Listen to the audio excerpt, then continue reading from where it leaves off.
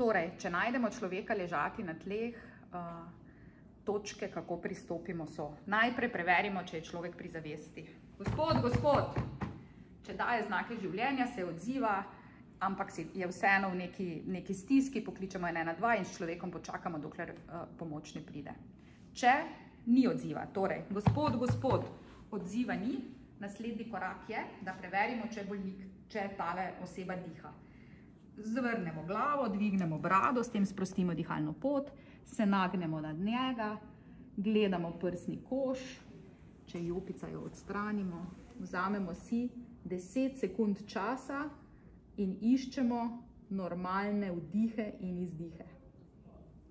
Vkolikor oseba ne diha, vzamemo telefon, pokličemo 112 in takoj začnemo s stiskom prsnega koša. Na sredini prsnega koša se naslonimo, stiskamo vsaj za 1/3 prsnega koša ali po ameriško čim močneje in čim hitreje. To počnemo vse do prihoda reševalcev ali defibrilatorja. Če je defibrilator pri roki, enostavno sledimo njegovim navodilom.